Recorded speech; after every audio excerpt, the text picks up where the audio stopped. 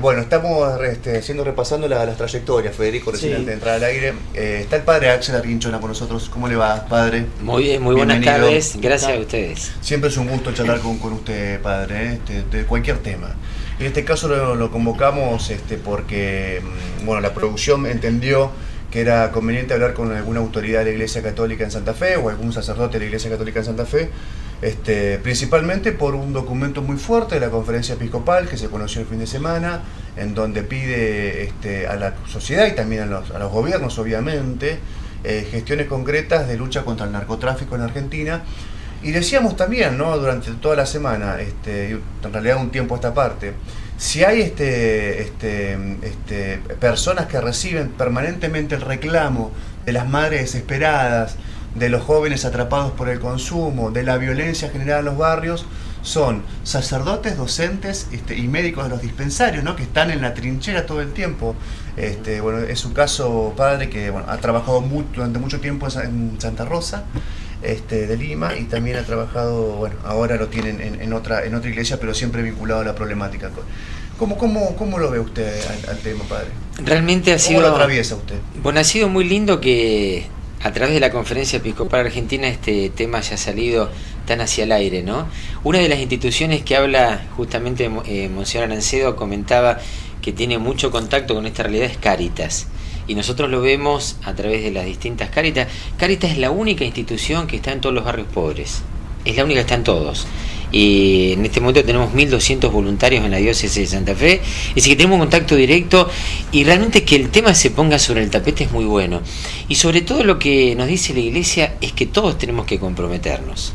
No hay duda de que hay un espacio que es fundamental, que es el de la prevención del delito, ¿no es cierto? Y el atacar al delito que corre por cuenta del Estado. Claro. Pero como también nosotros desde la sociedad, en primer lugar, hablemos de la familia, de los medios de comunicación, la propia Iglesia también, cómo tenemos que ir generando lugares, momentos de poder trabajar más sobre el tema de las virtudes, trabajar más sobre el tema del respeto, el respeto a la vida. Porque fíjense que cuando uno habla de droga, en la mayoría de los casos está hablando de un vacío existencial, porque no hay duda, un joven, un adolescente o incluso un adulto de distintas clases sociales, cuando cae en esto, porque hay un vacío interior muy pero muy grande. Por eso es un compromiso de toda la sociedad, pero que evidentemente por parte del Estado... O un dolor muy grande también, ¿no? El dolor es tremendo. Claro. Lo que usted recién decía, ¿no?, cómo la gente va a buscar justamente aquellos referentes de los barrios en los cuales compartimos incluso el dolor. En un dispensario el tema de la salud, bueno, el caso de los docentes también, también el caso de los sacerdotes, cómo las familias realmente están desesperadas cuando un hijo, un hermano, una sobrina entra en todo esto de la droga, porque es un camino muy difícil de volver. Y por otra parte, en el caso de los barrios pobres, es tremendamente, pero muchísimo más difícil. ¿Por qué? Porque no tienen los medios necesarios como para poder salir de esto. Porque fíjense que por parte del Estado tampoco hay lugares de recuperación que uno puede decir, bueno, en este lugar, y hay bastantes, no los hay prácticamente, para que puedan salir de la situación de la dependencia contra la droga. Por eso, qué lindo que lo pongamos sobre el tapete, que lo podamos decir entre todos. Bueno, el problema está. Que el problema es de solución, por supuesto que la tiene la solución, pero no podemos perder más tiempo. Y creo que en esto la toma de conciencia con una gran esperanza es lo que nos va a ayudar a todos a combatir fíjense que uno de los flagelos que más rápidamente se ha extendido en los últimos tiempos. Nosotros vemos barrios de Santa Fe. Yo tengo la gracia de tener 24 años de sacerdote, hace 25 que estoy en los barrios, ¿no? Y uno ve cómo en los últimos tiempos ha cambiado tanto la vida. Cómo ha cambiado tanto el poder compartir en la puerta de la calle, cómo la inseguridad se ha hecho muy presente, y esto tiene por supuesto mucho que ver también el tema de los estupefacientes, ¿no? Y qué bueno es que nosotros también sepamos que la droga siempre es mala. No existen drogas leves, drogas livianas y otras fuertes. O sea, ninguna droga es buena. Digo esto porque también en esto tenemos que ir al fondo de la cuestión, ¿no? Todo vicio, en este caso concreto la droga, siempre engendra una enfermedad, un dolor, y que nos hace mucho mal a todos. Por eso, qué bueno es que vayamos, vuelvo a insistir en esto, ¿no? Educar desde la fe los que tenemos la misión, con los que creen, pero si no, educar desde las virtudes de todos los días, la familia, la cultura del trabajo, la solidaridad, el esfuerzo, porque esto también es muy importante, ¿no? El tiempo bien ocupado. Hay un dicho popular que dice: mente desocupada, taller del demonio. Y está muy bueno, ¿no? ¿Qué de pronto pasa cuando los jóvenes están en una esquina, perdiendo el tiempo? Son caldo de cultivos de cosas muy feas. Por eso es importante que el tiempo lo tengamos bien ocupado con nuestros adolescentes, jóvenes y toda la sociedad. Siempre recuerdo, disculpame Fede, una cosita, siempre recuerdo que en plena inundación del 2003, verlo a usted en el barrio Santa Rosa colaborando.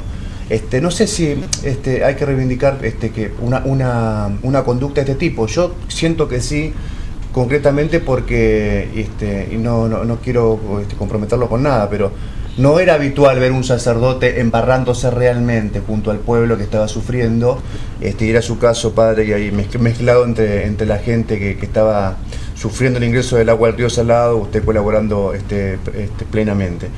El punto es cada vez que una madre desesperada le dice: padre, mi hijo o es soldadito de un búnker, o lamentablemente vende drogas para tal persona, o está atrapado por el consumo de drogas, ¿qué hace usted con esa información? ¿Tiene algún margen como para decir, bueno, llamo a una dependencia pública, esto va hacia arriba dentro de la iglesia al arzobispo?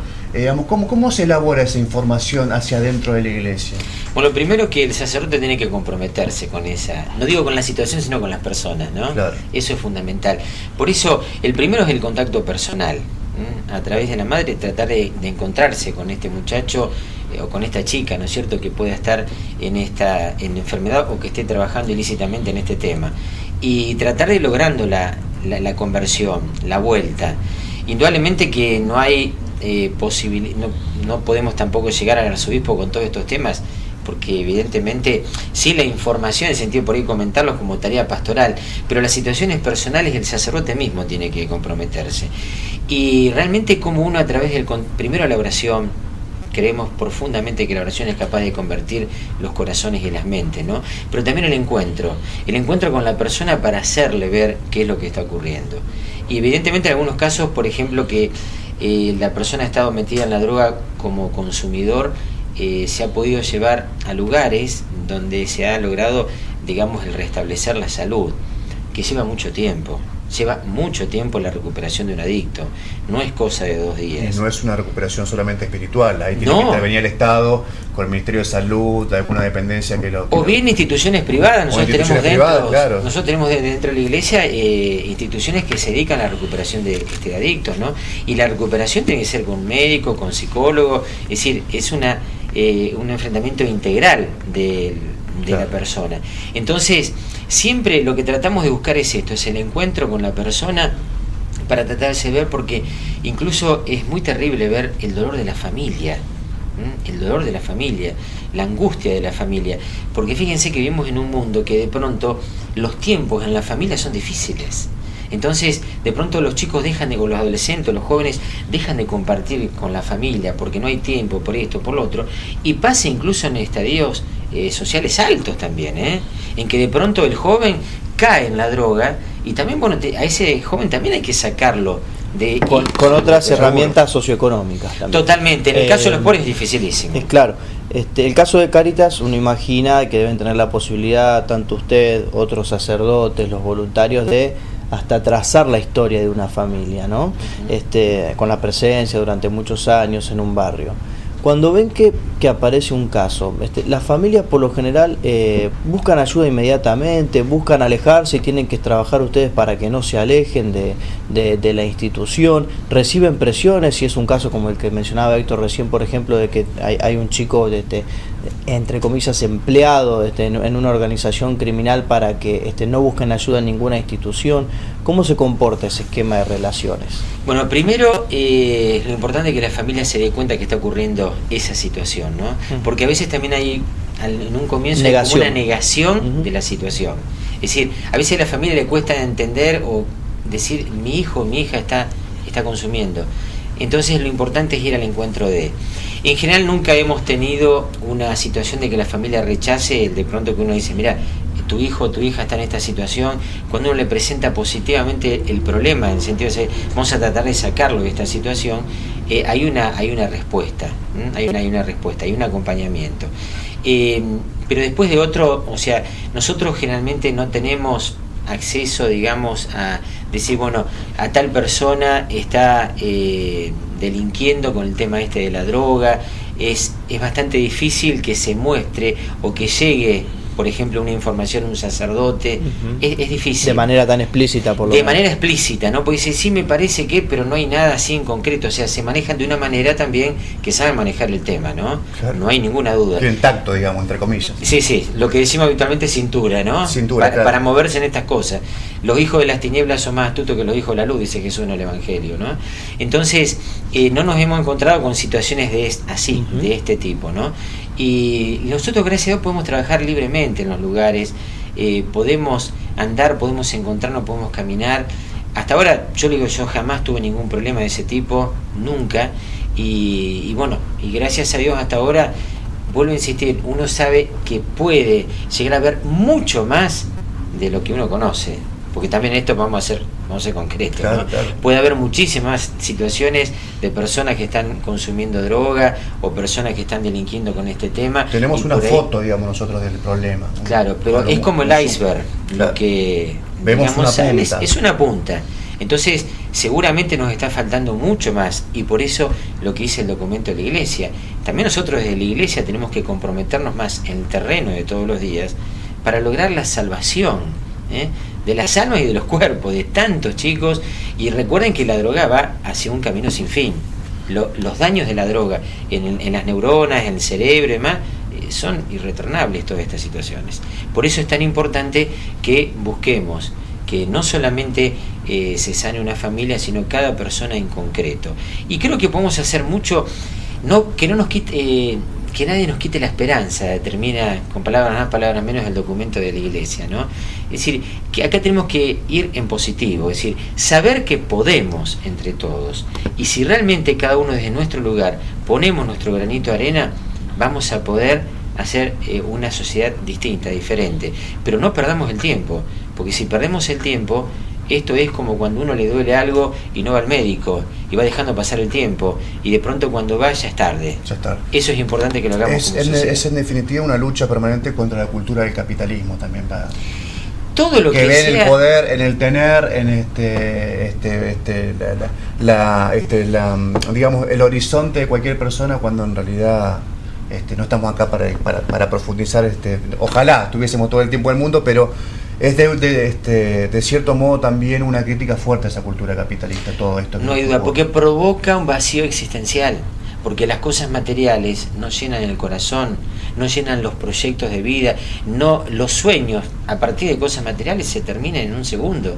Entonces toda esa vaciedad interior hace que uno se olvide de lo verdaderamente importante y puede caer en el vicio de la droga. Por eso les decía, la cultura del trabajo, el estudio, el esfuerzo, la solidaridad, la comprensión, eso es fundamental para luchar también contra hay un grupo que se llama Acción Poética en Santa Fe que pinta paredes y dice: las mejores cosas de la vida no son cosas.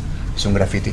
Tenemos imágenes, Fede, imágenes. Es una consulta breve, con el padre Axel. Una opinión tiene que ver con otro tema, algo que ocurrió anoche. Precisamente lo que iba a ver era una conmemoración de cara a lo que se denomina la Noche de los Cristales Rotos, ¿no? Con un oficio interreligioso que fue interrumpido por un grupo fundamentalista católico, ¿no? O lefebristas, ¿no? Autodenominados lefebristas también, que comenzaron a pronunciar oraciones en voz alta, sin escuchar al resto de las personas que estaban interviniendo, y con una actitud por demás de vehemente y hasta violenta, casi diría, ¿no?